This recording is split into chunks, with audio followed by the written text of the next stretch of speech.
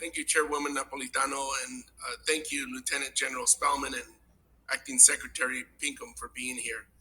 As you know, I represent the Central Coast of California, and we are all too familiar with the increased threats of climate change, from increased wildfires, prolonged droughts, more severe flooding, and devastating debris flows.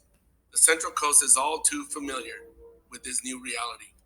Currently, we have various Army Corps projects that might bring some relief to my constituents as we deal with these new risks.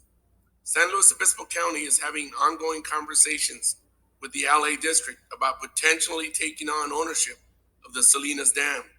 My understanding from discussions with Colonel Julie Baltan, overseeing the Los Angeles District, is that the dam is currently a military asset.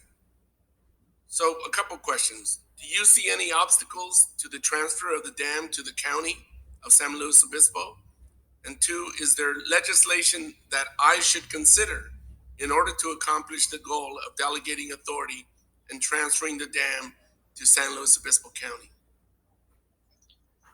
Congressman, my understanding on this process is the Corps would request to do a disposition study on this project. Again, this dam was built in 1942 over a 6-month period and then transferred to the Corps 7 months later.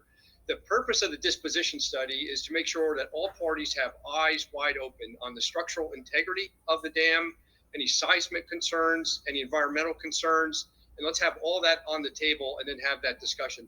Regarding legislative drafting services, so we've done this before on other parts of our infrastructure, and we'd happy to work with you after we get started on the disposition study on what that legislative language might look like. Thank you.